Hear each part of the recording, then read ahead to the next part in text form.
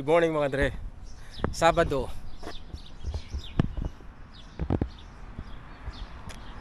Magpa-part-time tayo ngayon mga dre, no. Mag-i-install tayo ng tiles sa kitchen. Maliit lang naman 'yon. Pero ano bang tawag dito?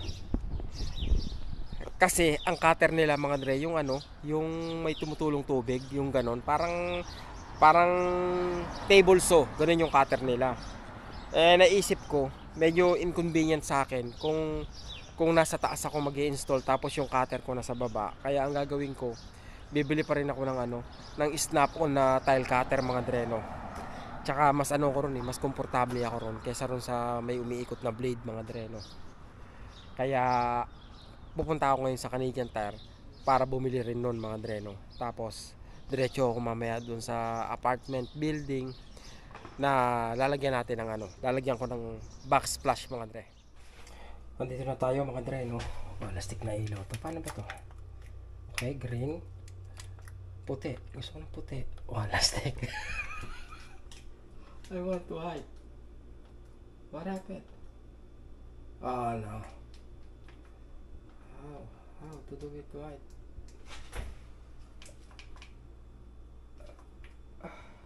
Ang sama naman. Yun. Yun. Yan mga dre, no. Siguro kalahati na lang yung lagay ko nito. Half lang. Para mas okay. Naglatag na ako mga dre, no, ng example para ma-check ko na pagdating sa dulo, hindi maliit lang yung magiging putol ko mga dre, no. Kaya sa palagay ko, okay na yan.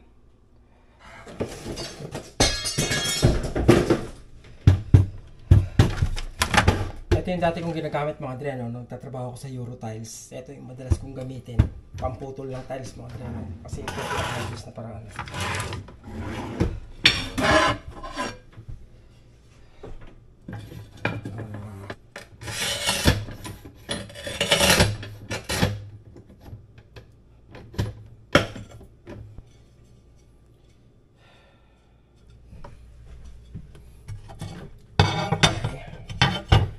Yun, madali mo. Batang bata. Yun. So, okay na tayo dyan mga dre, no? Dulo hanggang sa dulo. Buo. Tapos, ang gagawin natin ngayon, ay gagawa tayo ng kalahating tiles. Kalahati mga dre, no? Siguro mga ilang patong ba ito? 1, 2, 3 konti. Pambihira na yun, no? Sakit naman, tatlong konti. So 1 lang gagawin natin. Tuloy natin ito sa kalahati. Alanganin, gawin natin 16. Okay, kalahati ng 16 is 8.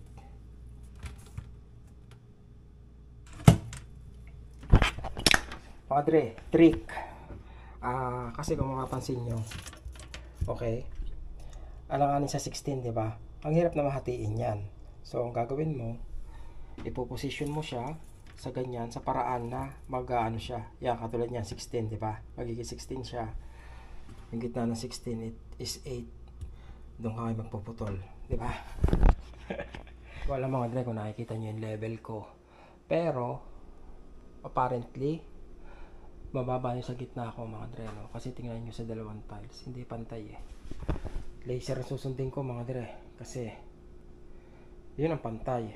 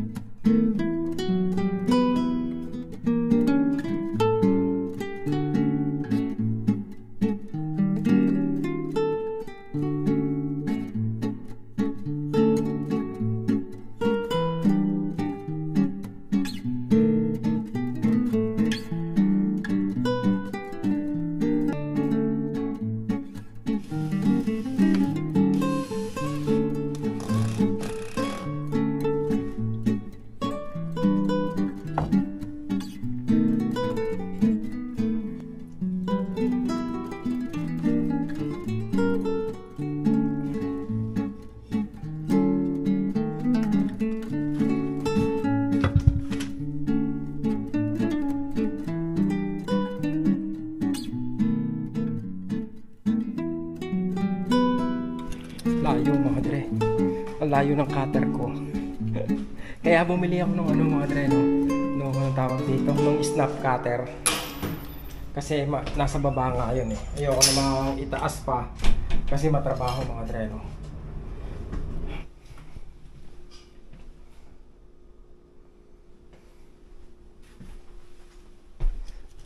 Yan ako sa taas. Yan alang. Tsaka dito sa kabila. Kasi hindi pantay mga dre. Pambihira. Diyan nagtatapos ang araw ng part-time. Babalik pa ako bukas mga dre, no? Madaming ano rito mga dre. Ang daming tatrabahuhin. Kulang ang ano, katawan lupa lang ang kulang mga dre, no? May remote na ako sa pinto. Hindi na disusi. Oh. Walistik ang remote eh, no? Apakalaki eh.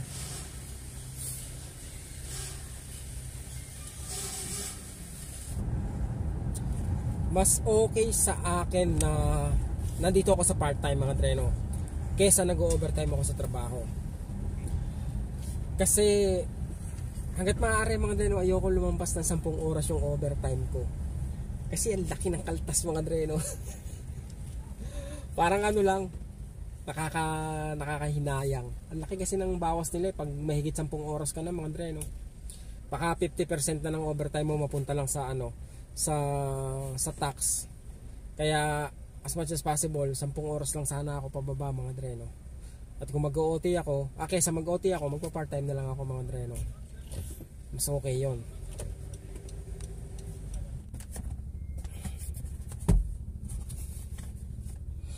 Mga dre, ano na yan ha? 6:30 na, di ba? 6:30, pero grabe pa rin yung tingkad ng araw eh, no? Masisilaw ka pa rin eh. Anyway, gusto dyan slash ano ba, event, hindi naman event ano eh, organizer, hindi, kami yung nag-aayos ng event eh, mga dre, no? Akala ko dati, pag gusto dyan ka, maintenance ka mga dre, no? Sa school mga dre, no? Pero may nagtanong sa akin kung baga, kasi sobrang busy nga sa school mga dre, no? Dito sa plaza, may maraming pagkakataon na halos ano, palakad-lakad lang ako, wala akong ginagawa mga dre, no? Yung ganon. So may nagtanong, nagsisisi daw ba ako na umalis ako sa plaza at lumipat ako sa school? Kasi nga sa plaza hawak ko yung oras ko, di ba?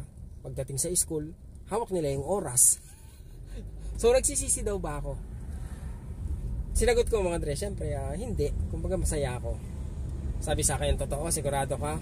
Sabi ko, oo naman, ba't ba nagdududa ka? Diba? Eh kasi ang hirap ng trabaho mo dyan eh. Sabi ko, hindi naman mahirap. Siguro hindi pa lang ako nakakapag-adjust talaga sa klase ng trabaho. Hindi pa nakakapag-adjust yung katawan ko. Parang pag tumatanda is mahirap na mag-adapt yung katawan sa pagod. Pero sa kabuuan talaga mga dre, no? Honestly, cross my heart. Kumbaga walang pagsisisi at kung papapiliin ako palagi mga dre, no, mas pipiliin ko pa rin sa ano, sa school mga dre, no. Kumbaga masaya ako. Nakakapagod oo, pero gusto ko yung environment mga dre, no. Gusto ko yung ano, may ginagawa ako. Kasi mabilis nga yung oras pag ganun mga dre, no. Hindi mo mamalayan, maya-maya uuwi ka na o kaya ang magiging basihan mo yung pagod. Shucks, pagod na ako. Alas 12 pa lang. Yung gano'n mga dre, no, pambihira. Pero nakakatuwa mga dre, no, masaya sa school. At yun, nakakalibang. Bukod pa ron, mas maganda yung sweldo, diba? Sabi nga nila, taon-taon may increase. Kaya ano pang hihilingin ko mga dre, diba? Okay lang sa trabaho yung mapagod ka kasi mas mahirap yung trabahong wala kang ginagawa mga dre, no? Sabi ko nga dati, isa sa pinakamahirap na trabaho is yung gwardiya ka. Especially sa ano, sa sementeryo.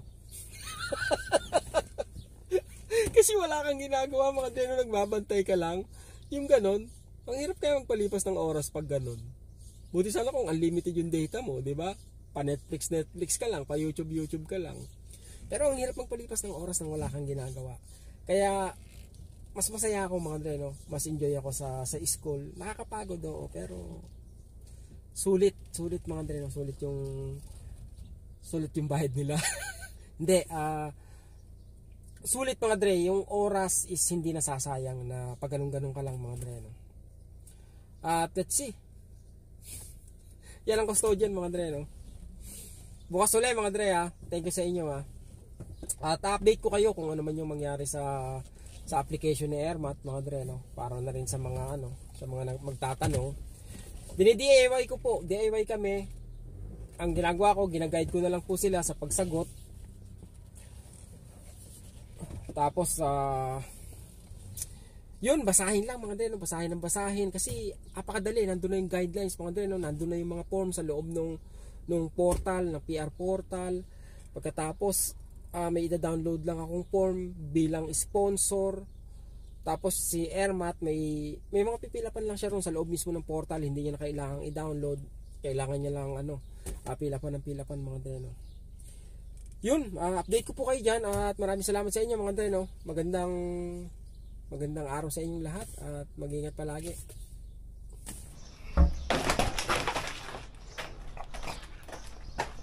Good morning mga Dre. Sunday. Part-time pa rin mga Dre, no? Itutuloy ko yung pagta-tiles. Bibili muna ako ng tiles. Pagkatapos bibili rin ako ng grout para mag-groutan ko na yon. Hindi ko lang alam kung itutuloy ko yung balcony kasi napagkasunduan namin ng may-ari na baklasin na lang yung buong balcony mga Dre, no? Kasi simento naman yung ilalim nun, tapos lalagyan ko na lang ng epoxy. Yun, no? Ang linis, oh. Alam nyo kung bakit mga Dre? Kasi kung matatandaan nyo, last year nag-live ako mga Dre, no? Dahil sa mga yung mga nagbabike. Kasi ganun uli dito eh. Magbabike na naman sila ngayon. Kaya sinarado, baka mamaya isarado uli itong kalsada na to mga Dre, no? Itong Barclay. Kaya medyo ngayon, medyo tricky kung may pupuntahan ka. Kasi nga maraming street silang isasarado mga Dre, no? Yun, no? Hanggang hapon yan mga Dre. Maraming magbabike. Ang maganda mag-live mamaya, Taker. Yun. Habang ginagawa nila yan, tayo magtatrabaho pa rin mga Dre, no? May responsibilidad tayo sa buhay na dapat gawin. First stop, Home Depot.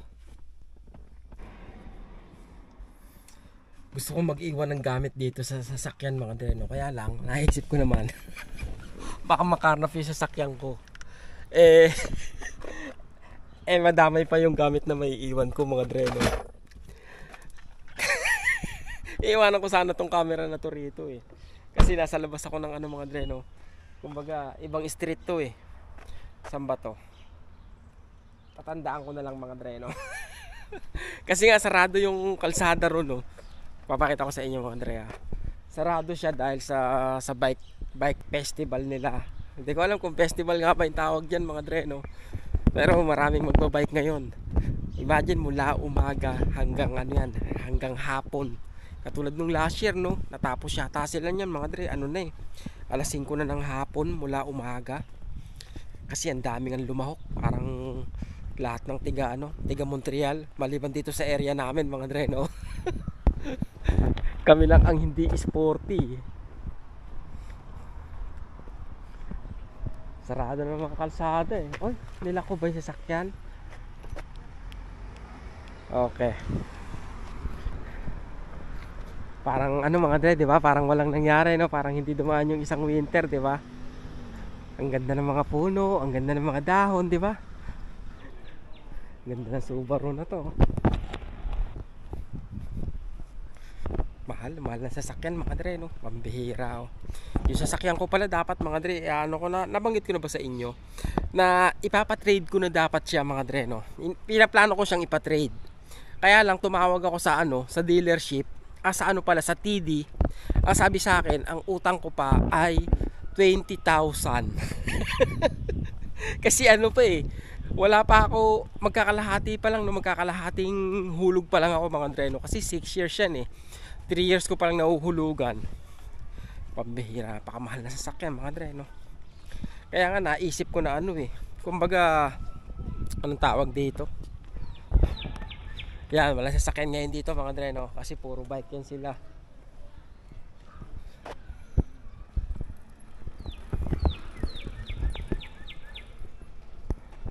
Naisip ko nga mga dre, no, na kumbaga sana yung sasakyan ko is tumagal sa akin kahit ano, kahit mga 10 taon mga dre, no? Kumbaga para masulit mo ba yung paggamit sa kanya. Kasi nga ang mahal ng sasakyan mga dre, no? Sabihin mo nang umabot ng ano, umabot ng mga 35 or 40 mil yung sasakyan. At least kung 10 taon mo siya magagamit, parang gumastos ka sa kanya ng mga 3,500 to 4,000 mga dre, no?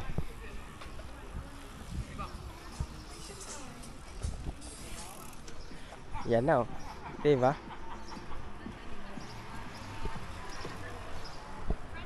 Go, go, go! Go, go, go, sago! Ang dami yan. Hoy! Saan ka nakatira dito? Dito ka nakatira? Doon sa taas. Oo. Sige. Yan.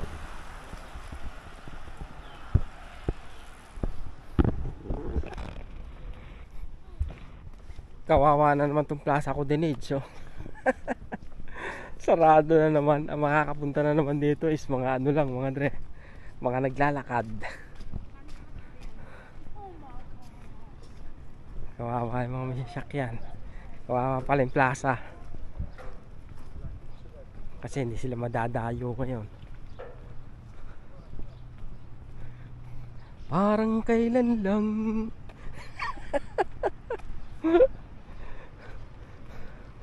Dati nakawalisan ko pa yan mga dre, no? Naglalagay pa ako dyan ng mga ano ba yun, mga tambak, yung asfalto. Kasi nga sira-sira yan, no?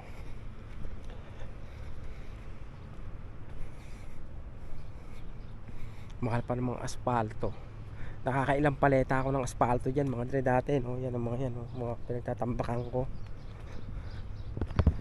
Ito ako pa nagkabit na ito. Kunin ko na nga ito, uwi ko na. Ako naman naglagay niyan eh. Pambira ako. Tapos yung ano ba yan, yung balustre na yan mga dre, no? Ako pa nagpintura niyan ng itim. Pambihirang buhay ito. Pero ganun pa man mga dre, no? Dami ko natutunan sa lugar na to, kaya napaka-memorable ng pagtatrabaho ko sa Plaza Coordinate mga dre, no? Etong ano sa akin eh, ito ang naghasa sa akin mga dre, no? Sa maraming bagay. Ang dami ko natutunan talaga rito. Dumating ako rito sa Plaza. Nagsimula ako dito sa Plaza, nagre-renovate na sila mga dre, no? After 5 years nagre-renovate pa rin sila. Eto ako para ganun, eto mga dre, no? Dati may tiles na to dati, no? Ako ang nag-ano neto, ako ang nagtanggal ng tiles na to. Kumbaga, ang ginawa nila dati mga dre, no? Kumbaga, kumuha sila ng contractor, tinanong nila kung magkano aabutin kung ipapatastas lahat ng tiles na to mga dre, no? Dito sa baba, dito sa taas, tsaka dun sa baba mga dre. Sa sobrang mahal, ang ginawa nila, mas makakamura sila kung bibili sila ng makina mga dre, no? Bibili sila ng makina at ako yung gagawa. So ang ginawa nila, bumili sila ng makina, yung nakaupo ako na may video ko nun mga dre, no? Parang traktora siyang maliit na may pang sud-sud. Bumili sila nun. Tapos ako, sabi nila, tinanong nila ako kung pwede kong gawin yon. Paano bang nangyari? Hindi ako tumanggi mga dre, kasi ang laki ng inoffer nila sa akin nun. Imagine, binigyan nila ako nun ng ano, 29.50 mga dre, per oras. Parang overtime ko yun mga dre, no? Overtime rate ko dati yun. So sino tatanggi nun mga dre, no? Magkano ang rate ko nun dati? 17 o 19? Ngayon kung gagawin ko yun, magiging 29.25 o 29.50 per hour. Kaya umuo ko mga dre, no? Ginagawa ko pag gabi. Ginawa ko yun for 6 months. Kaya ang dami kong pera nun mga dre, no? Ang laki rin ng tax ko, 10,000 yung tax ko nun eh. Ano pala yung palabas ngayon? Kung hindi ako makakabiyahe, bala ko. Ay, kung hindi makakabiyahe, kung hindi ako makakapag part-time, bala ko. Manood na lang sine.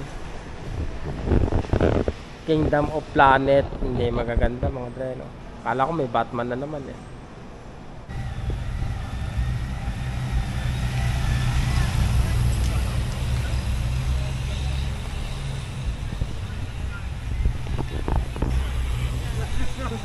Galing, di ba? Nakakatuwa naman. Natutuwa ako kahit di ako kasali mga dre, no? Imagine ang haba ng sinarado nilang kalsada para sa event na to mga dre, no? Ang layo ng iikutan nila. Ang daming na perwisyo. Hindi, ganun talaga mga dre, no? Siyempre para mairaos tong ganitong klase ng event, medyo kailangan magsakripisyo ng iba mga dre, no? Isang araw lang naman eh. Ay, ang dami. Gusto kong bata yun mga dre, no? Anak yung maliit nandun. Tapos pati mga anak. Kaya nakakatuwa mga dre, no? Kaya dito, pag nandito kayo sa Canada, mas marami kayong panahon para sa pamilya nyo mga dre, no? Yun ang isang bagay dito. Mas nabibigyan nyo ng atensyon yung pamilya, di ba? Mas nagiging involved kayo, ano?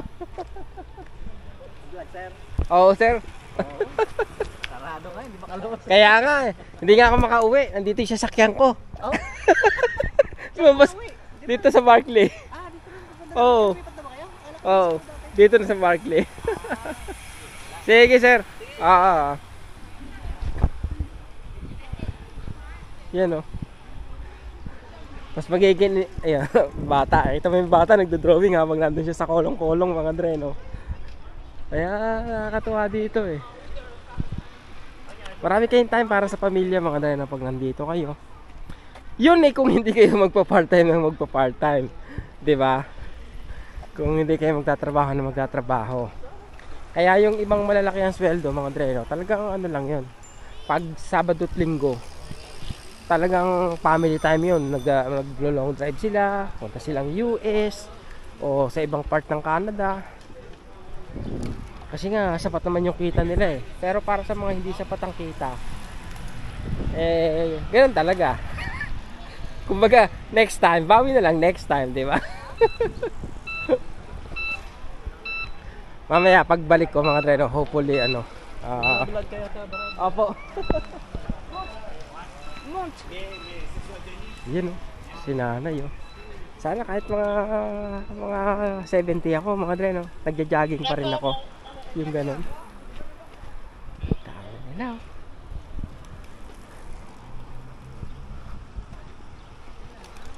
Anyway, dahil hindi ako makapunta sa Home Depot, walang tinda sa Canadian Tire, pupunta ako dito sa mga dre, no? Malayo-layo. Doon ako bibili ng anong tawag dyan, ng grout, tsaka titingnan ko na rin kung may tiles sila ron mga dre, no? So na yung ko, tile grout ko. Bumili na ako ng tile grout. Tapos ano ba yan? Yun. Okay, tile grout, tapos konti na lang mga dre, no? Siguro dito na ako magsisimula sa labas. Papasok na ganun mga dre, no? Ganun na lang gagawin ko.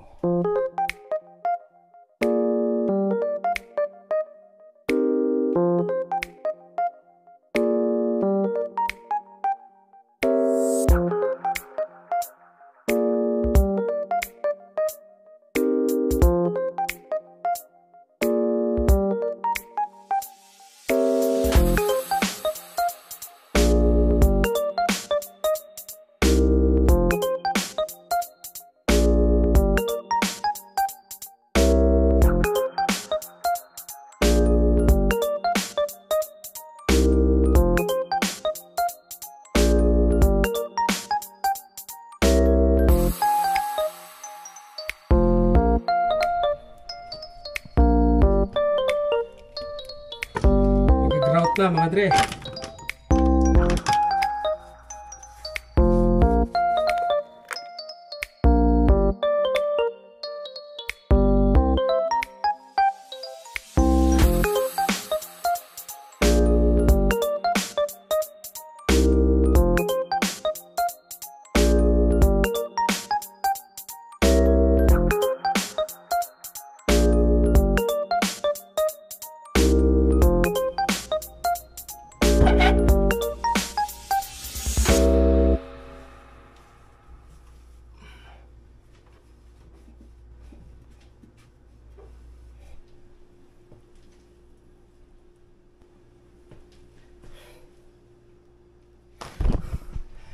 Mga Dre, ano na lang, silicone na lang. Sino makakapagsabi na unang pagkakataon ko ginawa to, mga Dre, no? Huwag nyo lang titigan, mga Dre, no? Hindi nyo mahalata. Yung maraming flows, una na yung dingding kasi, mga Dre, no? Kumbaga hindi pantay-pantay. Kaya may mataas na bahagi, may lubog. Kaya ang hirap pantayin, mga Dre, no? Pero kahit pa paano naman, maganda naman ng kinalabasan, mga Dre, no? Yung sa ilalim, hindi kasi naka-level yan, kaya ang hirap takpan, mga Dre, no? So ang gagawin ko diyan, lalagyan ko lang ng silicone yung pinakailalim niyan, mga Dre, no? Silicone lang yan. Pati rito sa baba silicone para kahit pa paano, mga Dre, no? Pag gumalaw yung kasi pag nagpapalit ng weather, ewan ko kung yung adjustment ba, mga Dre, no? Hindi na masama, mga Dre. Para sa akin, para sa akin. Wag lang para sa professional. Pero para sa akin, okay na yan.